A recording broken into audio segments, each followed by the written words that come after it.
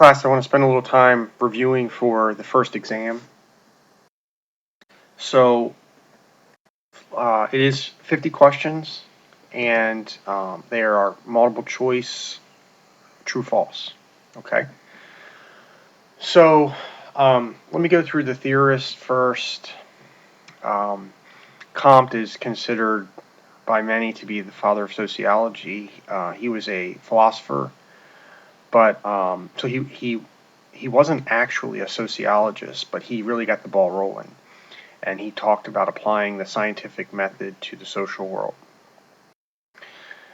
Harry Martineau was an advocate for lots of folks, including those who were disabled, um, racial minorities, but she really was an advocate for women. And she was the first to use qualitative methods. She basically went around to different countries and wrote about their how they treated their people. So this she was writing explanations of what she saw. Okay, that's qualitative. Spencer um, came up with the concept of social Darwinism, which was applying the concepts of um, Darwin's theory of evolution to society. It was a rather dangerous concept, um, but we do think of it as a way of, um, in theory, thinking about um, the hard sciences and how they might relate to social sciences, the social world. Marx um, believed that conflict existed in all societies and that it resulted in inequality, which is why he thought that communism was inevitable. You have to excuse my dog barking. It appears our lawn folks have showed up. I hope it's not too annoying to hear not just my dog barking, but also our lawn folks. Um, Marx thought that communism was an inevitable response to capitalism, as I pointed out in previous uh, the previous PowerPoint. Durkheim focused on social bonds and talked about suicide and anomie. We can even add that if we want to.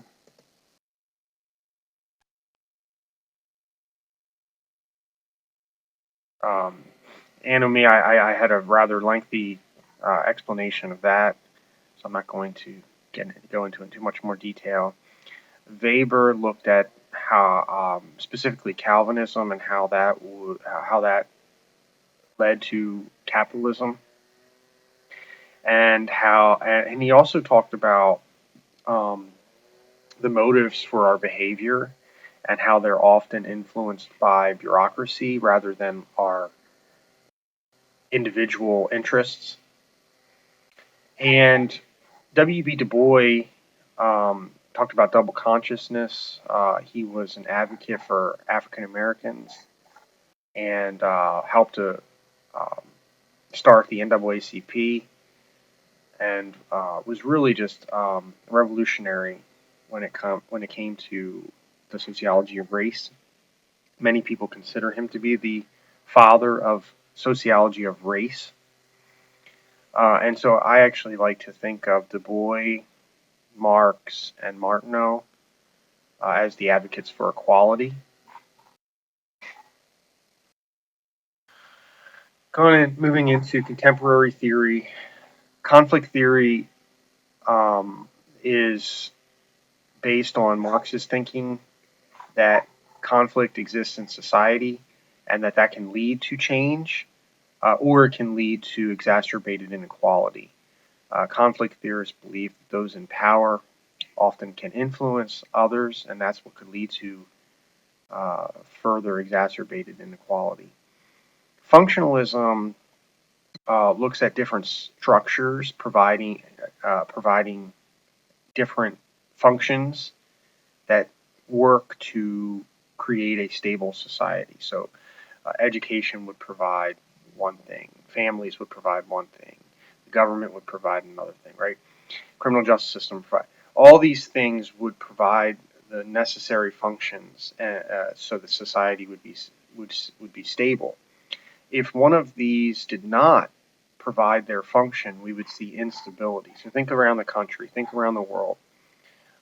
What is happening where a certain structure, whether it be education or criminal justice, right, where they are not providing their intended function, and therefore we see instability. Manifest functions are intended, right? So the college's intended function is to provide you with a quality education so that you can either jump right into a job like a nurse, or to prepare you to move on to a 4-year school. Some unintended functions of college are, you might meet your best friend or your loved one there, but that's not the intention of of colleges. It's an unintended function of college. And symbolic interactionism is really, I think, simple in that we create and learn meaning by interacting with it or about it, right? We can learn whether some stove is hot by touching it, that's interacting with it, or hopefully we learn it by someone telling us that it's hot and we don't touch it. But either way, we learn that stovetop is hot. Ethnomethodology can be confusing, but this concept suggests that we have to acquire knowledge in order to act appropriately or properly. So, for example, um, if you've never been on an interview before, you probably will kind of know what to do based on what people have told you, based on what you've seen on shows and movies and things like that. So you've acquired some knowledge, right? You probably would dress differently, right? You probably wouldn't show up in a bathing suit, right? If you're going to a job, a corporate job, right? So you've acquired some knowledge. Um, but the more that you go through interviews, you probably will hopefully get better at these interviews and therefore acquiring more knowledge. Dramaturgy can also be a tricky concept, but this concept suggests that we're on loan to society. And what that means is that we change our behavior depending on a situation or setting. You might think, oh, well, that's simple, right? Um, so think about it like this: when you go to your job, and I don't know, so I'm just going to think like, okay, say you work at AT&T, okay? When you're there, you probably dress a certain way. You probably are hopefully cordial to customers. Um, you're probably not going to curse. Maybe you're not going to fart, right? There are things that you're probably not going to do. Whereas if you're with your friends, you may be telling jokes or whatever. Um, it may be funny to let loose some farts and things like that and burp, but you're going to change your behavior, right? We wouldn't expect you to act the same way when you're on a date as I would expect you if you were in soccer practice, right? So this whole concept is suggesting that we are changing our behaviors based on the situation that we're in. All right, so there's two types of data: qualitative data and quantitative data. Qualitative data is an explanation, quantitative data is numerical.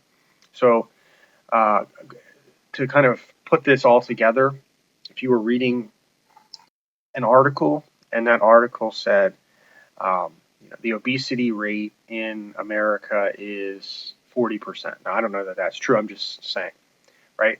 That 40% is quantitative data. It's a quantity, okay?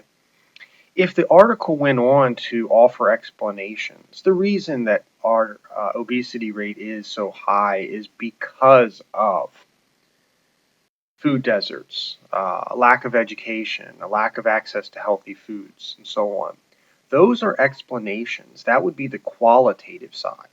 Okay? Now, our methods that we use as social sciences typically result in one or the other type of data. Now, you could do each of these and produce both types of data, but I like to use the word typically. Okay? Ethnographies study a group of people through observation.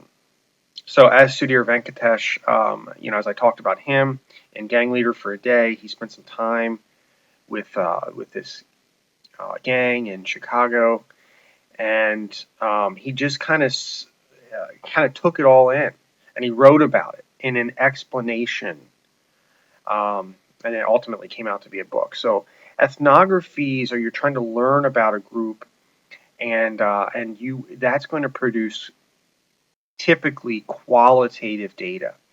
Interviews, I would, while you could ask someone closed-ended questions, I tend to see that not being the value of interviews. You could do that in survey form. So, interviews, when using open-ended questions, allowing respondents to speak in their own words, that would lead to qualitative data as well.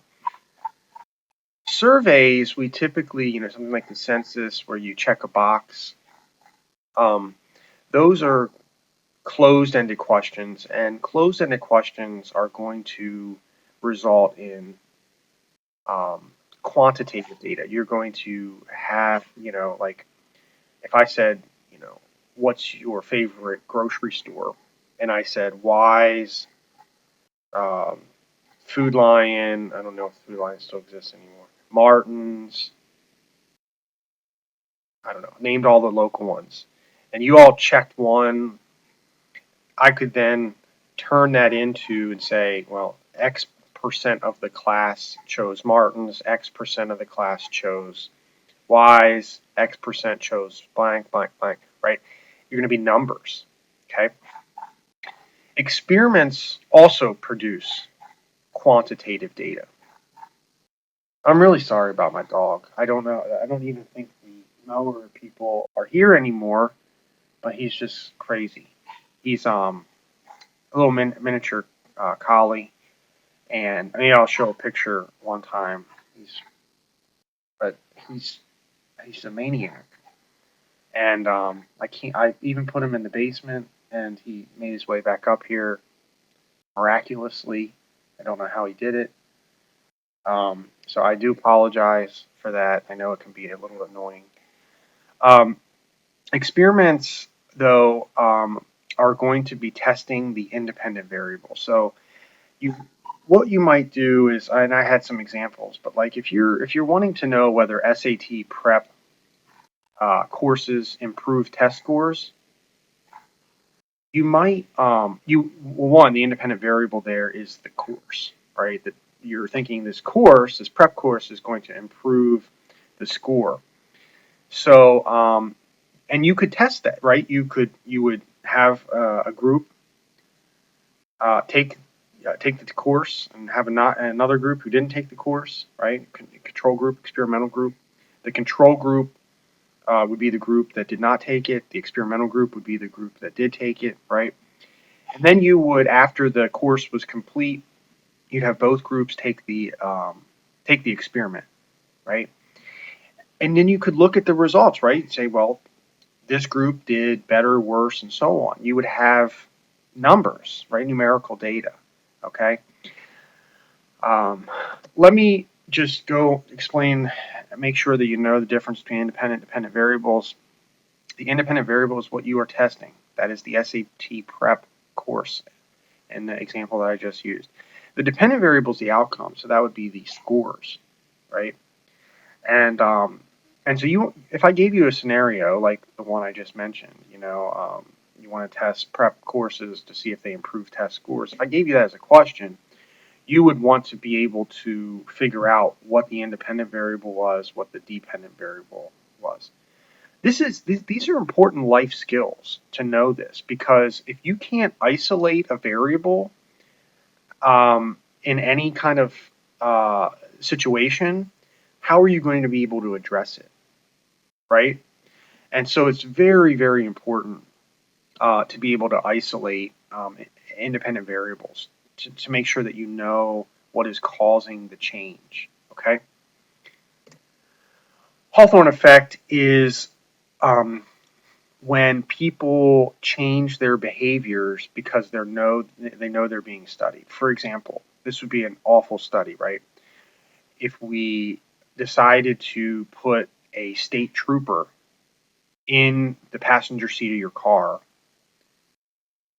and that's how we were going to measure texting and driving, right? So we do that study. Turns out no one texts and drives.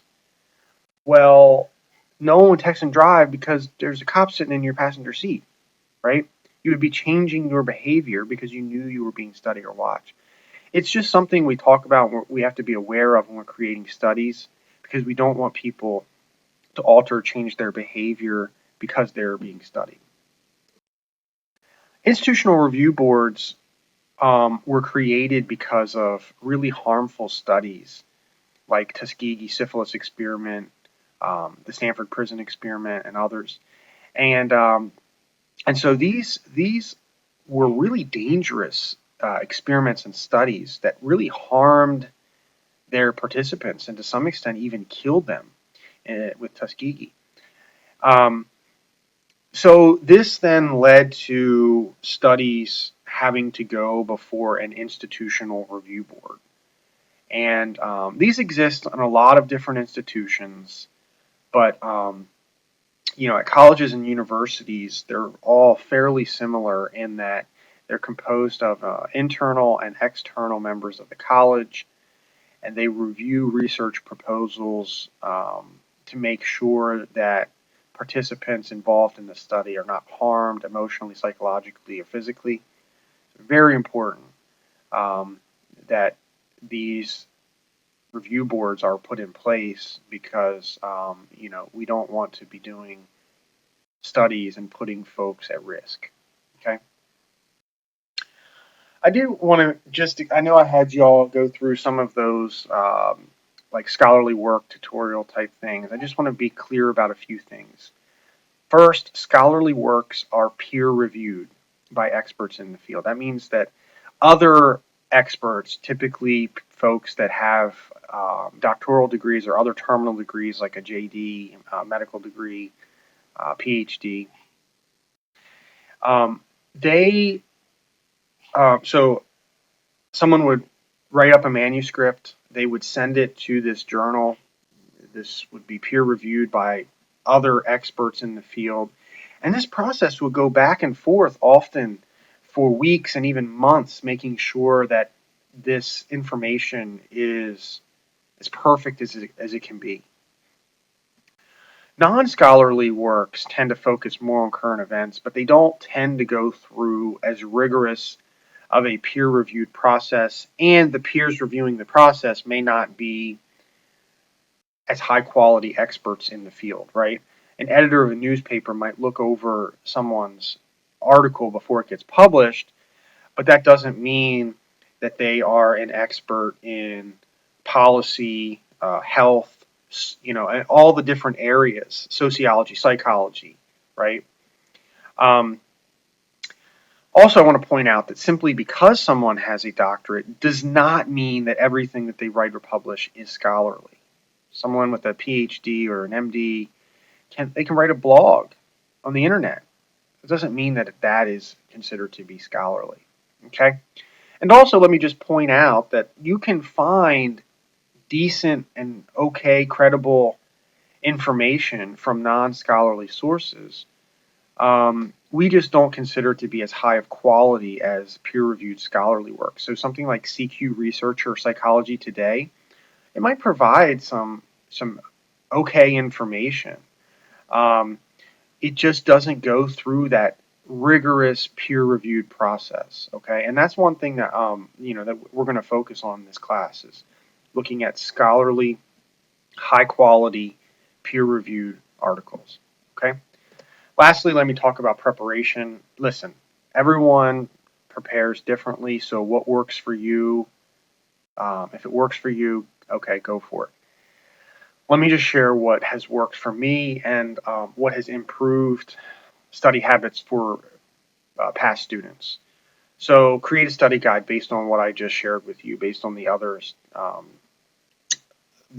study guide, which is the same information really in a Word document. Create your own study guide, okay, with the terms that I've highlighted and other things that you think. What I've covered is going to cover 95% of the, if not all, of the material that's going to be on the exam. Um, so you're going to create your study guide. You might be using my definitions, okay? That's fine. Now, create a new study guide with your definitions, right? Maybe even shortened definitions, things that make sense to you, okay?